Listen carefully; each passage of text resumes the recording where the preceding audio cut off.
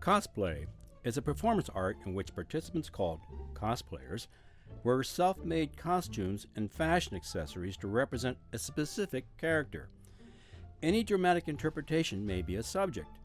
This includes gender-switched, anime, cartoons, comic books, manga, live-action films, television series, and video games. The rapid growth in the number of people cosplaying as a hobby since 1990s has made a significant impact on popular culture in Japan. The term cosplay was coined in Japan in 1984. It was inspired by and grew out of the practice as fans costuming at science fiction conventions. Nobuyuki Takahashi of Studio Hard attended the 1984 World Science Fiction Convention, Worldcon. Worldcon was located in Los Angeles. He returned to Japan and paired the two words costume and play, thus cosplay was born. Hi, I'm Jason Turner, and I am, guess what you would call now a cosplayer, but I was doing cosplay before it was called cosplay. Hi, I'm Dustin DiVincenzi. I'm Nick DiVincenzi, and we're DV Cosplay. We're a cosplay duo out of Youngstown, Ohio. Hello, my name is Rachel. I am Rachel Meikle Cosplay. I am a local cosplayer from the Warren area. Hi, I'm Carl Sopkovich. I'm 38 years old. I am a culinary associate at Mercy Health on Belmont, and I'm a cosplayer. My name is Vincent Matos, and I am an assistant manager at Marco's Pizza. I'm also a cosplayer on the side. Most cosplayers have their own reasons as to why they cosplay. My biggest interest in cosplay is just how creative people can be, and how you can go from seeing something that is exactly by the book down to the very last detail, or somebody that just decided they really like the character and wanted to make their own version of it. And it's all equally embraced. And it's honestly unexplainable. It got me into cosplay. When I was younger, I was really big into 4-H. I showed horses, and every year at the fair we had a costume class. So that was the highlight of my year. Every single year is building a costume for my horse. I've done everything from the Little Mermaid and turning my horse into a lobster. We did a bathtub where I had actual running water for my costume. We did a NASCAR one year, and my final year of 4-H, my very last year, we built a ice cream truck that I had 4 people lift over me and my horse and put on top of us, and I had the music playing, and as I walked around the ring, I passed out ice cream. And it was just kind of, I just enjoyed building, and just, it was my hobby, and it was something that I was just really passionate about. Initially, we got into cosplay, and I was always brought up with Halloween. Always like to dress up for Halloween, encouraged to make your own stuff for Halloween. So I've always been doing that, and I just kind of took it to the next level. A few years ago, when I started, I just did a couple Halloween parties, did the Wolverine thing with the facial hair, and started out real basic, and then it got a little bit different each year, and that's basically how I got started into it. Then I just kind of went from there, went couple different characters and stuff like that. I think it started for me just living with him. I mean, it kind of morphed into this room. It's my bar room that I keep all my stuff in, and that, I mean, it all started just coming up that way. One thing that I have learned over the years of doing costuming and cosplay is that for each person, it's a personal journey. Not everyone gets into cosplay for the same reason. For some, they're very introverted and they can only express themselves when they're in character. For others, it's a way of dealing with some sort of emotional or social anxiety. For others, it's a form of escapism, where for a short time they are that character and they can go out and they can be braver or stronger or more funny than how they normally are. And when you see these same people out of costume, it's a night and day difference for some of them. Along your journey as a cosplayer and diving into the cosplay community, you'll meet some phenomenal people along the way. You're paying to get an autograph, you're paying to get a photo with them. Some conventions, they're very more open, and the actors and actresses and producers are all wandering around. They want to see the con too. So last year, I am talking to a woman. She's in this beautiful bell ball gown. I mean, it's just absolutely ginormous, huge, had to be about at least a 6-foot hoop skirt. And Michael Rourke comes around the corner, and they both do that, okay, I'm gonna move, you're gonna move. And Michael Rourke goes, shall we dance? Grabs her up and starts waltzing in the middle of the lobby floor with this absolutely wonderful woman.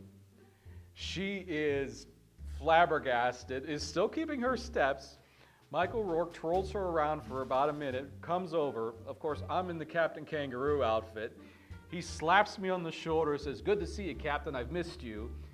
Went off to go to his signing room. So you just, in some of these conventions, you just run into celebrities and they're just normal people. To meet 2 new cosplayers that I actually become really good friends with, and I really enjoy talking to them. We talk almost every day still, even after the con's over. Zura Cosplay and the Lakar. And the 3 of us just going into this brand new, we were just so nervous. We needed each other as a buddy system to kind of get through it because we had no idea what we were doing, but I think we did all right. It was fun. I think I've met some of the most incredible people in my life through cosplaying and through conventions. You meet this network of the most incredible people you'll have ever met in your life. They're absolutely positive. They will help you out whenever possible. They will give you tips, tricks, give you ideas on how to do the things you do. And then some that may not be so phenomenal. Contact with other people that might be able to answer a question they themselves might not be able to. But on the same time, you're going to get a lot of negative feedback. There are going to be people who think they're kind of the ones to go to and nobody else is even sequential or considerate, in the matter. You just have to stay away from that kind of people. You don't need that kind of negativity in your life, especially if you're starting out new. It's kind of disheartening to see all these people who are absolutely the most amazing cosplayers you'll have ever seen, but have absolutely no moral compass towards being helpful in one way or another. Unfortunately, when you are a cosplayer, the outside world really doesn't accept you. You are a weirdo, a freak. And last year, when I was down in Atlanta for the Dragon Con convention over Labor Day weekend, there were 2 large football games. So, of course, we had the jocks in town. And I was sitting at a bar, having a drink, and a gentleman walked in wearing a football jersey. I won't say the name of the team, but proceeded to complain very loudly about all the weirdos and freaks, and I won't repeat what he said, inhabiting the town and messing up their weekend. And unfortunately, I am not one to stand down from confrontation, so I proceeded to turn to this gentleman who was wearing a football jersey. He had the war paint on his face under his eyes. And I looked at him and I said, "You're a cosplayer too." And he goes, "What the blank are you talking about?" I said, "You're a cosplayer too. You're at your own convention." "Oh, that's bull crap." I'm like, "No, you're wearing a football jersey. You're dressing up as your favorite character. You've got war paint on. You're wearing makeup. You're going to go tailgate. You're going with a bunch of friends to hang out at something you like and discuss it. You're going to go buy merchandise probably at the football stadium. You're going to a vendor hall. And I guarantee you're a fantasy football player. And fantasy football is nothing but Dungeons and Dragons for jocks." And he did not like that answer at all. And, oh, that's totally different, totally different. Fantasy football has nothing to do with that. You worry about stats, you worry about what person you're gonna play, you worry about injuries, right? Yeah, well, when I'm playing Dungeons and Dragons, I worry about hit points, I worry about what spell I'm going to use, and I worry about how I'm gonna heal the paladin so he can save my ass from the dragon. He got very flustered, downed the last of his beer, and stormed away. And several people around me were just applauding because they loved it. And that's the simple fact of the matter. We all have that inner geek inside of us. We just repress it. I was outside at the convention at Steel City, and as a smoker, I have to be outside. I was wearing Mysterio at the time, and I took off my dome, put it on the floor, and did my thing. A gentleman had come out with his probably 5-6-year-old son, who proceeded to look down at my silver, bright, shiny dome and mistook it somehow for a football. Proceeded to kick it across the parking lot. You know that exchange of information when you look at someone and you know what they're thinking and they know what you're thinking? It was pretty much a, if you don't kill your kid, I'm going to. And he apologized for this, and it was okay. It survived the ordeal, thankfully, because I would have been really upset to have a cracked dome. Although I could have called it battle damage, there was at least one Spider-Man there who I could have gotten away with and probably had fun with that. But that thing wasn't easy to work with, and it wasn't even easy to see through. It surprises people that I can. Once you've mastered the convention world, you'll end up accumulating a few or more costumes, because just being one character isn't as fun as it is to put on different masks. Oh, geez. I would say my most recent one that I'm working on currently, it's not totally done, but I actually just did a photo shoot with it, is Red Hood, who's right up there. And he's really fun to do. I haven't really gotten into full character. I haven't taken him to a con yet, but that one's really fun. A close second to Pennywise, though. I'd have to say every character that I do is one of my favorite characters. So, I mean, you got Star-Lord and Spider-Man and Pennywise and now Red Hood. And actually, I'm starting on a Predator costume soon, but it's a secret. My favorite one, I have a few favorites, but I would say my favorite, the initial one that got me into cosplaying was Wolverine. I like that character a lot, especially when Hugh Jackman came into the X-Men films. So eventually I kind of started on that, like, I think I could pull that off if I did it. Did the facial hair, came out real good, you know. Not a lot to the costume, but still one of my favorites to do. I like the looks of it, the simplicity of it, and you can still get a lot out of the character, and a lot of people love it. It's a very famous character. But I also love the Batman one that I just did not too long ago, because I made everything myself. So that one has probably a tie there, only because I put a lot of effort into it. It came out really nice. So I'm really happy with that one also. I eventually started doing other costumes, always classics. I like to do the classic characters. I've done Spaceball from the Spaceball officer from Spaceballs. I've done an Earth Force officer from the Babylon 5 series. I've done Grandpa Munster from the Munsters TV show. And I've also done Groucho Marx from the classic 1920s Groucho Marx movies with the Marx Brothers. And I also do Captain Kangaroo, the children's television host. And without a doubt, that has to be the most well-received, most well-loved cosplay I've ever done. I'd still have to say my favorite by far, it would have to be Disney's Aladdin. I did that maybe twice now at 2 different conventions, and each time the reception has been wonderful.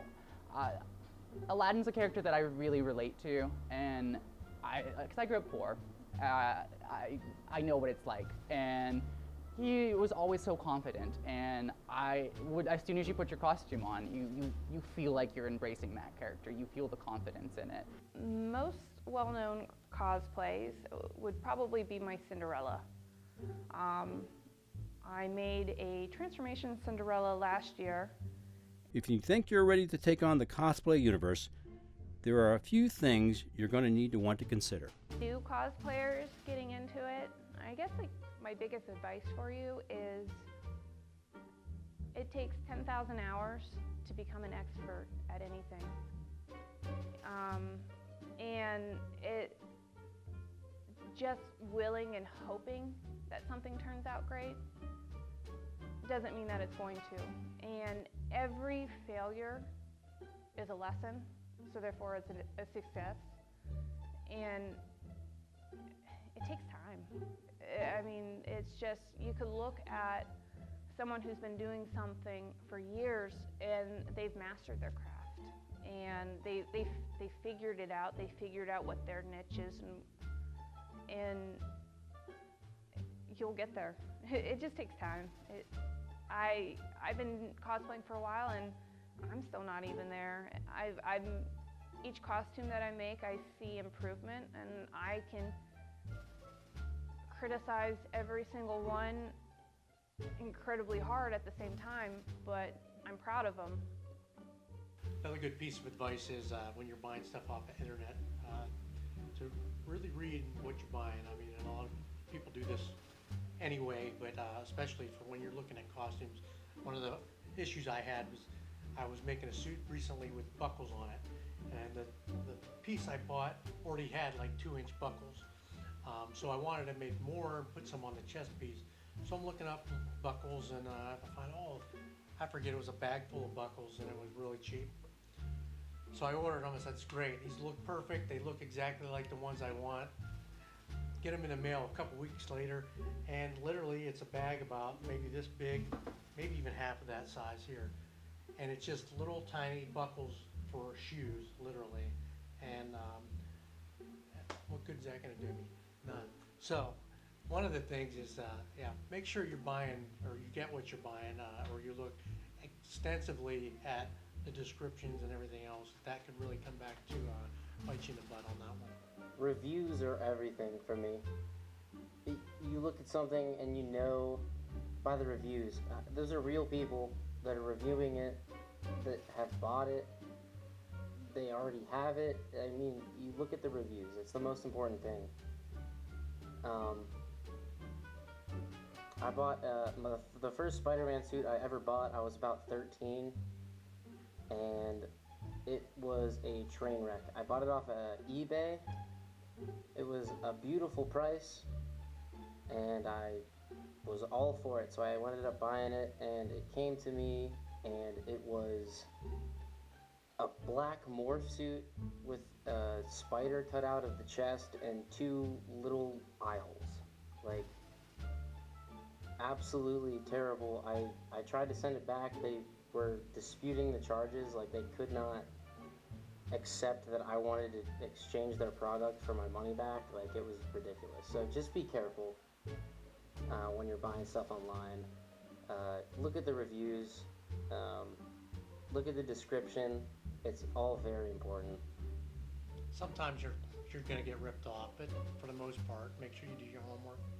And even if you buy something cheap that you bought thinking that, oh, this might be perfect, if it comes and it's less than perfect, you might be able to make it perfect if you just put a little work into it. Buying a base is perfectly normal. Buy that base and try and work from it. Kind of put some time into it and work up to what you want it to be, and it'll end up perfect for you. One of the best things for new people is outsource. YouTube is your friend.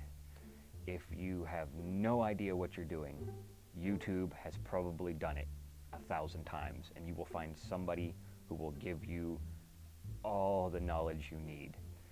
Don't forget to thank them personally. They need it. So the most important thing I would say to anybody that's trying to get into cosplay or just has an interest in it is just always remember to do the cosplay for you.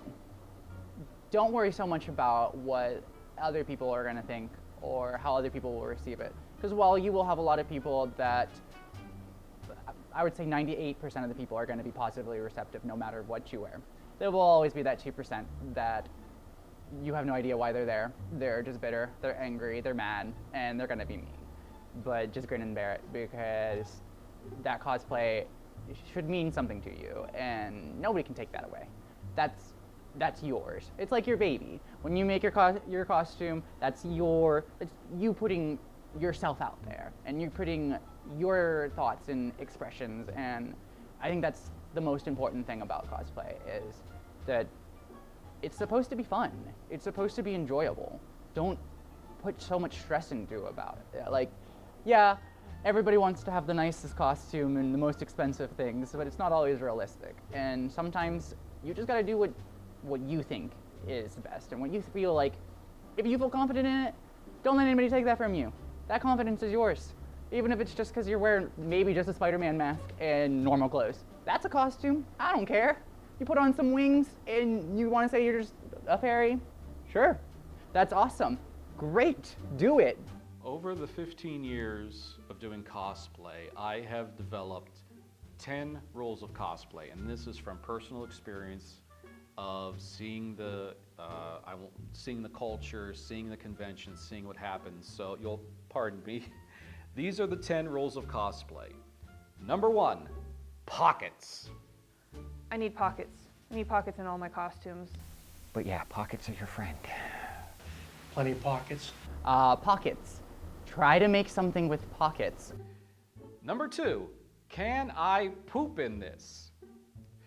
And the simple fact of the matter is, so many costumes, you can't go into the bathroom. There is no way possible. I have seen a very lovely Queen of Hearts utter some very unladylike comments while trying to get into the bathroom with an 8-foot hoop skirt. So always make sure when you plan your cosplay there is a way for you to go to the bathroom. The third rule of cosplay is, can I sit in this? Cosplays are long, all-day events, and if you can't sit down or in some way support yourself, you're going to get tired very quickly. So if you're wearing a suit of armor, make sure you can sit in it. The fourth rule of cosplay is, am I safe from wardrobe malfunctions? And this isn't just for the ladies, it's for the guys too. Especially if you're wearing one of those tight Zentai suits or the regular body suits, please, for the love of Stan Lee, wear a dance belt. We don't need to know what religion you are. And for the ladies, the dress tape is a must. You are going to get hot and sweaty walking around in a large group of people. You don't want a wardrobe malfunction when you're posing with some little kids who love Harley Quinn. The fifth rule of cosplay is, don't let your age detract you from playing a character. It doesn't matter how old or young you are, do the character you want. I have seen an absolutely amazing Conan the Barbarian, ripped, muscular, and he's 60 years old. I have seen a 60-year-old woman do a slave Leia. She looked great. She was in absolute shape. So don't let your age deter you. You are not too old to cosplay. You are not too young to cosplay. Rule number 6 is a little controversial, but it is, don't be afraid to crossplay. Crossplay is not the same as cross-dressing. I have seen men dress up as Anna and Elsa from Frozen. I have seen women dress up as Judge Dredd and RoboCop. If you love a character, who cares what gender it is? Do your version of it. Do an accurate version, do a gender-bend version, but do it your way. Rule 7 is another important one. Don't let your body type stop you from cosplaying a character. If you're a heavy person, don't be afraid to cosplay a skinny person. Vice versa, if you're a very skinny person, don't be afraid to cosplay someone who's a big, hulky, muscular person. Do a cosplay that you enjoy. And that leads us to number 8, don't be afraid to ask for help. One nice thing about the cosplay community growing is that there is a whole font of information out there of people who have been where you are trying to do something, and they will help you. This year I had trouble trying to paint a pair of PVC boots for a costume. So I went online, asked for help, they gave me the perfect paint for what I needed. There is a huge community out there that will help you and will get you where you need to be to finish your outfit. Unfortunately, speaking of the community, we must talk about cosplay rule number 9. Don't pay any attention to the haters. For every person who is out there and says you're doing a great job, someone will nitpick. Someone will say you're not doing right. You're the wrong race. You're the wrong sex. You're too heavy. You're too skinny. They don't matter. 90% of the people who complain about cosplays not looking good have never done a costume in their life. Who cares what they say? When you're at that show and people are smiling and asking for your photo, that's what matters. And that leads to cosplay rule number 10. Remember to have fun. It's costume play. You are doing this for yourself, to show your appreciation, your enjoyment, your love for a character. If you are dressing up from a stormtrooper to Elsa to that weird Demogorgon creature from Stranger Things, if you're dressed up as that character, it's for you. It's not for anyone else but yourself.